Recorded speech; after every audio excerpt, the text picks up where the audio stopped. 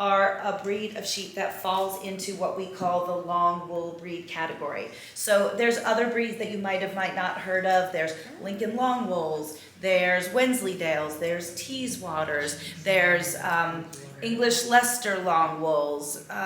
There's, of course, the Valets now, which a lot of people know of. So all of these breeds really grow this unique kind of curl or lock. We kind of call them Rastafarian sheep when people are unfamiliar with looking at sheep and then they see them in full fleece. And so these curls, while they have unique character or what we call lock structure, they also are more of a rustic type wool. So maybe not necessarily as a yarn something that we would call next to skin softness. And so might otherwise turn people away. And even as we talk a little bit, I do have some yarn that's actually done from our Cotswold. So you can definitely see the difference between a merino wool that maybe some of you are working with for the base of your wreath as opposed to how the Cotswold is in a yarn. So it's actually most of these breeds provide a very strong wool that's amazing for weaving. And in fact, because many of these breeds were a rug type wool. So the Cotswolds in particular were super popular in the early 1900s as a rug wool breed of sheep. And then what happened is as the rug wool industry went from real wool, right, using and utilizing what we get from the animal to synthetic, then that really created a drop-off in these breeds that otherwise maybe were not well suited for meat and already, as we've discussed, not necessarily suitable for fibers that were going to be up against your skin. It's more of like an outerwear clothing. So the Cotswolds in particular got to a place where they were considered a rare breed of sheep. There's actually something called the Livestock Breed Conservancy, and it is an organization, if you will, that spends its time and energy in following various breeds of all different kinds of species and making sure that certain breeds, when all possible, don't become extinct. And so they have different classifications of various breeds, whether they're critical, whether they're rare. And so at one point in time, the Cotswolds were really slipping. And so then there was a campaign to increase their numbers in the US, and that has so been done. But they still are not necessarily a breed that people see a lot of. That's so Shave them to save them too, right? Exactly, that's another type of program, yeah, which gets people involved in that. So Shave Them to Save Them is kind of a cooperative type program where people who are shepherds and have these various breeds of sheep that are less common are then pairing up with people who are spinners to be able to get their hands on these fleeces. And then there's, projects kind of associated with that. There's a whole Facebook group and postings. And so again, just bringing awareness, which is exactly kind of what we're doing through this project as well.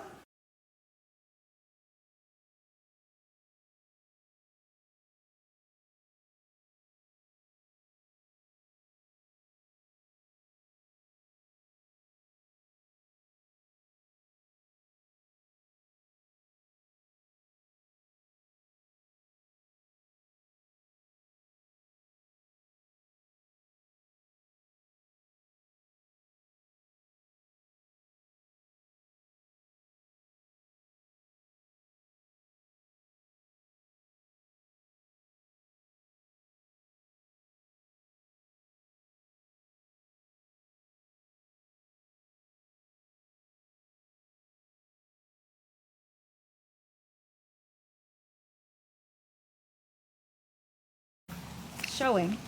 Oh, So that's he was right. best of show with his fleece, and then Tully won the really big feature. Hello.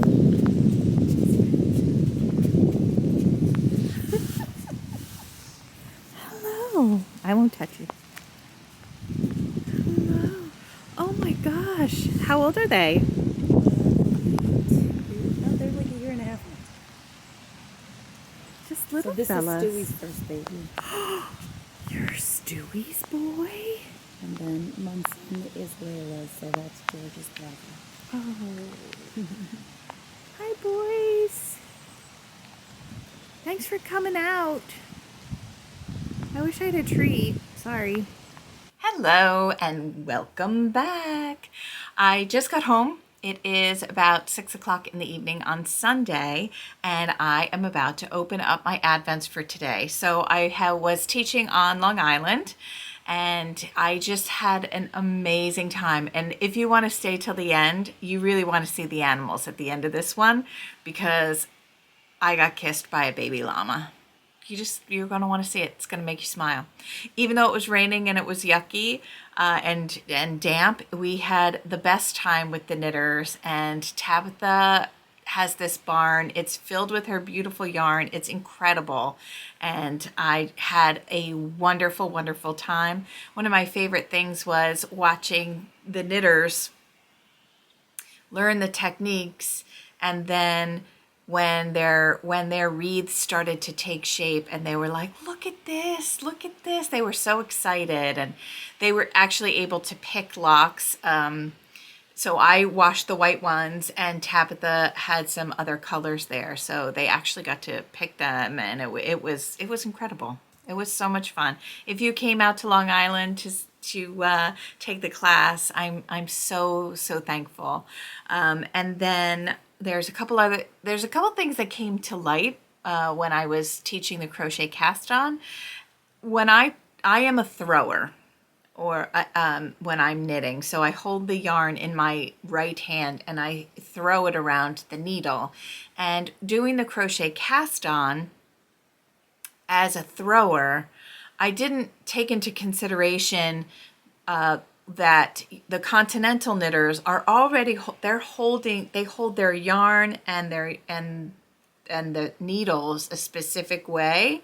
And so I'm going to show you how to do the crochet cast on continental, which it's not different. It's done the same way, but there is an extra step where you have to bring the yarn through the needle. I'll show you. Just hang on. We'll get there. But first, let's start with the Advents, because it's almost 6 o'clock. Well, no, it's 6 o'clock now, and I haven't opened them today, and I'm excited. Here we go. First is Vita Lifestyle, day 3, and day 3 is Germany, and it says Christmas pickle. Oh, look at this one. So nice. I think my theory is over.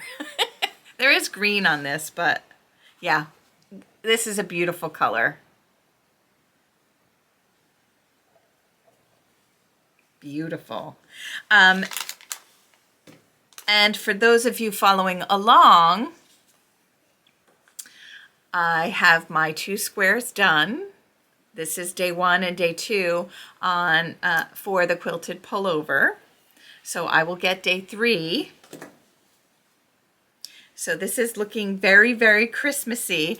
And another thing that I wanted to talk about with that is, if you are doing the pullover, in every panel of 5, there has to be one, there doesn't have to be, but in the original sample, there is 1 square in each panel from the full-size skein. So I know that that's day 25, so if you wanted to open it, you probably should, because if you wanted to knit along, then you're going to need those. So, up to you. I would open day 5. You have other things to open on. 25. You have other things to open on that day.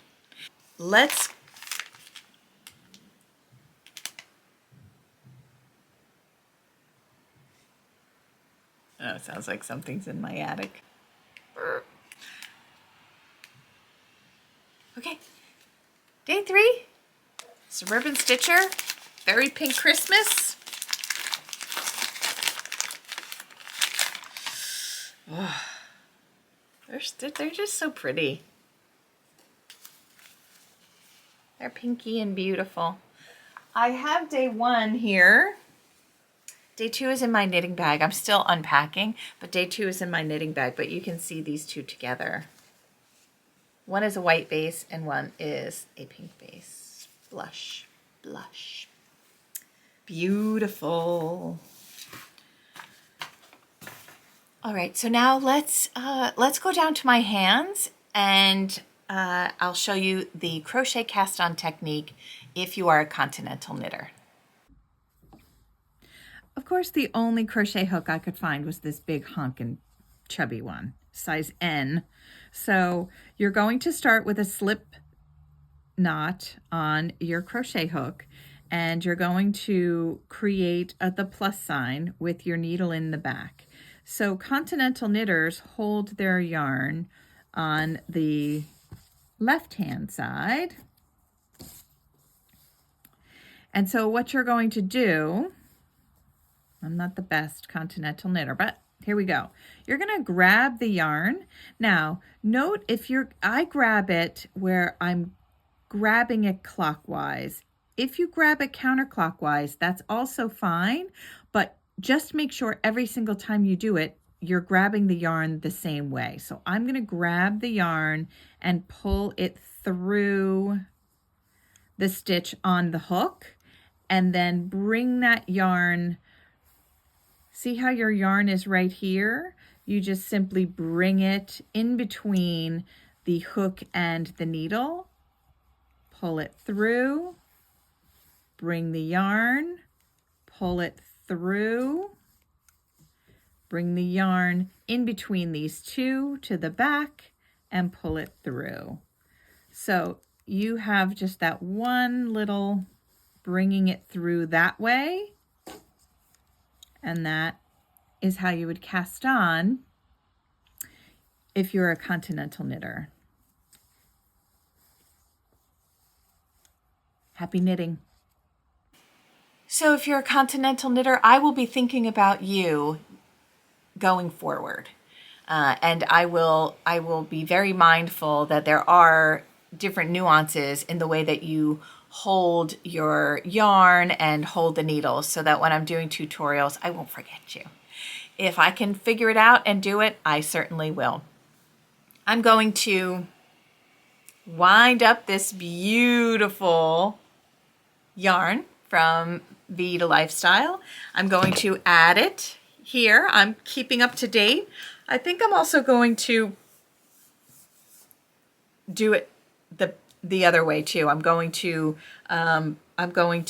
start another panel just so that I can kind of get going. And there's a lot that I want to show you. So that's what I'm going to do. I would appreciate it if you would give this video and all of my videos a thumbs up, and subscribe if you haven't subscribed. That is a non-monetary way and a super kind way of supporting me in my small business. I love coming on here every day. It really gets me excited. I don't know if I'm going to feel this way on the 20th, but I'll be filled with the holiday cheer. So I'm just so excited to be here. Thank you for all of your comments. I read every single one. I answer every single one, because it really means a lot to me that you take time out to not only watch these videos, but write me something very nice. So thank you very much, and I will see you tomorrow. Good night.